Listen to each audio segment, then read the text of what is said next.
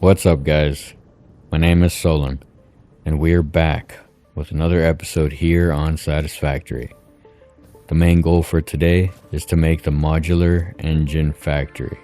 But first, we need to do a little bit of prep work. Starting with gathering up a bunch of hard drives and unlocking them, which takes 10 minutes each. At the same time, we're going to be looking for Mercer spheres so that we can install a bunch of dimensional depots all over the main factory. By using the dimensional depots, we're not going to have to come back to the main factory over and over again every time we run out of supplies.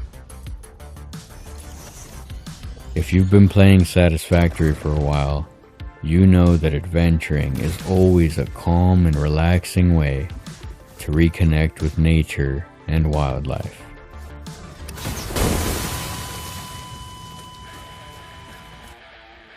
Sorry to be the one to tell you that your mother is a pig. Oh no, this pig is gonna kill me again. Maybe I shouldn't have been talking about his mom.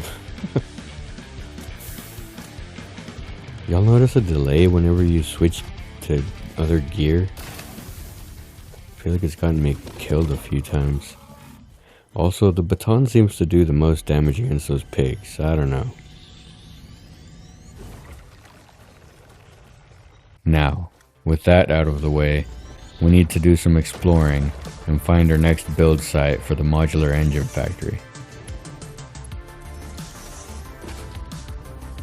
Alright, we're just gonna launch ourselves in this direction and see what we find. I've been around this forest, but something has kept me away from going through it. Minimum, we're gonna need some oil and a bunch of iron. Dude, this place is cursed. How can it be so pink, but also filled with all these overpowered creatures and toxic gas? Let's get out of here.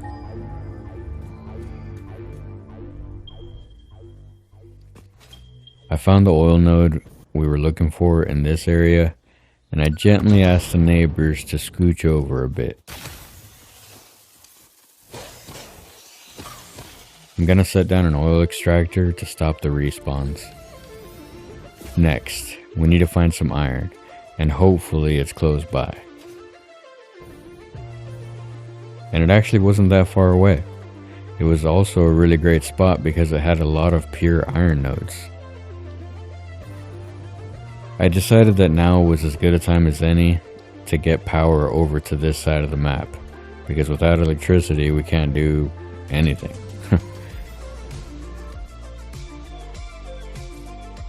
This part is always very annoying to me, and to make things worse, I had to go through the evil pink forest again, which is clearly cursed because I died again.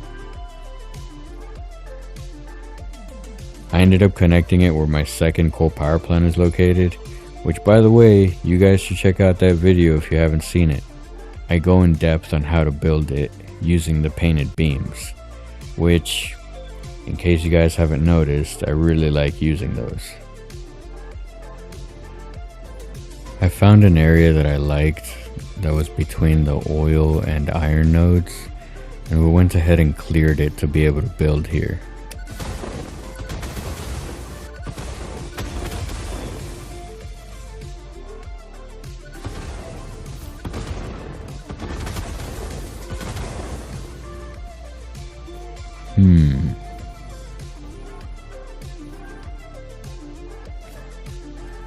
I think I'm gonna try and build it over this chasm.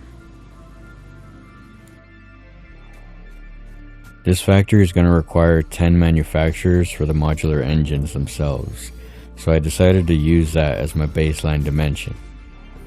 I decided that I would split the factory in half, so that means all the machines are gonna be split in half, like the total number. So to find the width of the factory, I set down 5 manufacturers and measured the distance using the foundations. I also wanted to make sure that I had enough walking room around the machines, so I went a bit larger, which ended up being a total of 13 foundations. With this information, I had what I needed to begin in-depth planning of the factory, starting with the new recipes. When I went deeper into planning this build, I did something I don't normally do. I got stuck on one idea. I feel like I usually try to be someone who is able to change and conform to different situations and stuff like that, like mostly at work. I'm usually able to adapt to new situations and find a solution. But in this situation, I let stubbornness win, and the main thing I really wanted was the bolted reinforced plate recipe, which honestly was a mistake because it would have required even more screws than what I was already going to need. Because of this, I probably missed out on a few really good recipes, but it is what it is. You know, what's done is done, and we aren't going to cry about it now. Instead, we're going to work with what we got and make an even better factory with the recipes that we did get. And in my opinion, it came out great. If you look at the power consumption and the amount of machines they required, my new factory worked out much better. We saved on materials, power, and floor space. It did, however, require some different materials, including copper and caterium. Luckily, these weren't too far away from the new build site. Now, let's jump into the build.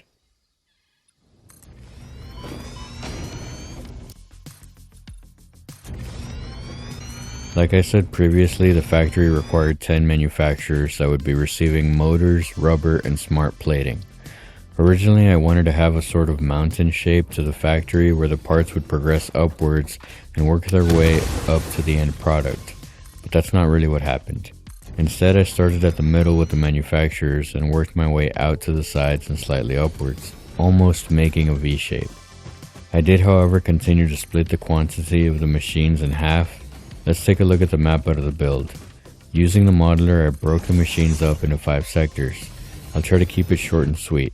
Sector 1 is the 10 manufacturers making the modular engines. Sector 2 makes the first sub-assemblies. Sector 3 makes the second sub-assemblies, and so on. For now, ignore the rubber production. If you look at Sector 2, the total amount of assemblers required is 14. We split that in half, so now we need 7 on either side of the manufacturers.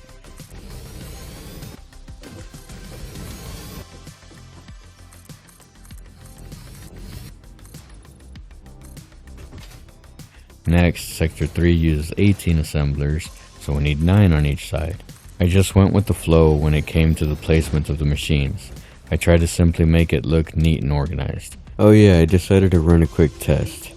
I assumed he would clip through everything and everything would be fine, but I don't know. I also half expected that maybe Coffee Stains did something weird where it would destroy everything in its path or something. I don't know.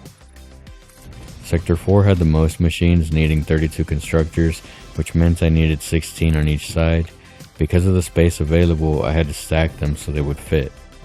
You'll also notice that I made room for the future logistics that I was going to need. I didn't do any sort of testing to see how much space I was going to need, I just kinda guessed. When it comes to the order of building, in my opinion, I wouldn't say there's any right or wrong way to build a factory. Just try to keep checking things off of your to-do list in a way that makes sense to you. I jumped around a lot during this build, working on one thing then another, but for the sake of the video, I'll try to keep the progression organized so it will all make sense. Once all the machines were placed, I began gathering up the raw materials and get them to a more accessible area closer to the factory. I felt really good about the look of the factory and the amount of machines I was able to set down, so I didn't want to add any more machines to the main portion of the factory. I decided to keep the smelters and foundries away from the main factory in 2 different areas. I created some blueprints, counted the machines, and placed them accordingly. Then I brought over the raw materials and began smelting.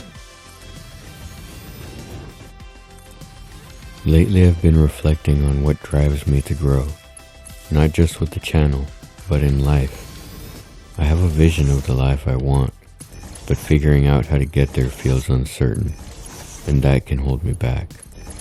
One thing I've realized though is that whatever you're doing, you should go all in. I have a full-time job, and since I'm there anyway, I decided early on to give it my best. That mindset helped me grow in my role. Now I'm applying the same approach to these videos, doing everything I can to make them as entertaining as possible. Because if you don't give your all, you'll never know how far something could have taken you. Half effort leads to missed potential. So whether it's your job, a side hustle, or a personal goal, go all in. That could be what gets you where you want to be. The rubber factory felt pretty simple to make compared to my other rubber and plastic factory that's in the Blue Crater. The build was fairly quick. I chose to make the rubber off-site so that I wouldn't clutter the main factory. Rubber, however, creates a byproduct of heavy oil residue, so you need to make sure to do something with it, otherwise your machines could stop producing when the byproduct overfills your machines. I could have made fuel with the heavy oil residue, but that would have also required plastic containers, which would have needed another mini factory to produce those. So to keep it simple, I made petroleum coke instead. I made a storage to hold some of it, and I sent the rest into the sink.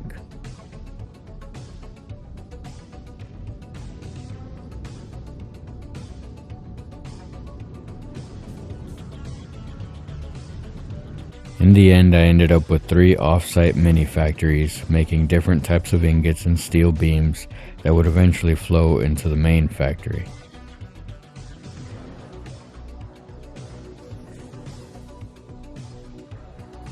This ingot waterfall wasn't planned, but it's one of my favorite accents of this build. The different ingots also makes it stand out because of the different colors. With the raw materials easily accessible, I began routing everything to the main factory. I decided to go with a logistics floor because I didn't want to see all the belts flowing over or around the main factory to get to the machines. This next step in the build was the most difficult part, because I needed to efficiently get parts from 16 constructors to flow into 9 assemblers. However, this was also my favorite part of the build, because it was like a big puzzle. How are you going to route everything to keep up efficiency and make sure that your machines don't run out of materials? Sometimes you have to get crazy, and there's nothing you can do about it. Or rather, it feels like there's nothing you can do about it in the moment. This definitely could have been planned better, but sometimes you just have to go for it.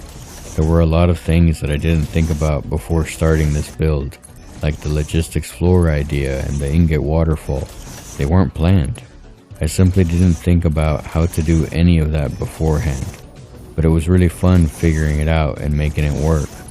One thing that I did need help planning was the amount of machines I needed. That's why I used the modeler, and it honestly relieved a lot of stress for me, because without the modeler I would have had to remember or write down all the math and machines and quantities, and I would have had to recheck my notes over and over again. I know this because I tried this method with my fuel power plant, and it sucked a lot. I kept forgetting what the numbers were and my notes weren't clear enough, so I kept having to recheck things. That's why I would sincerely encourage you guys to use the modeler or some other program that you like if you want to do larger builds. It will make the project way more enjoyable. Just don't get too worried about planning. Some things will just come natural. When I finally figured out this portion of the build, the rest was fairly straightforward.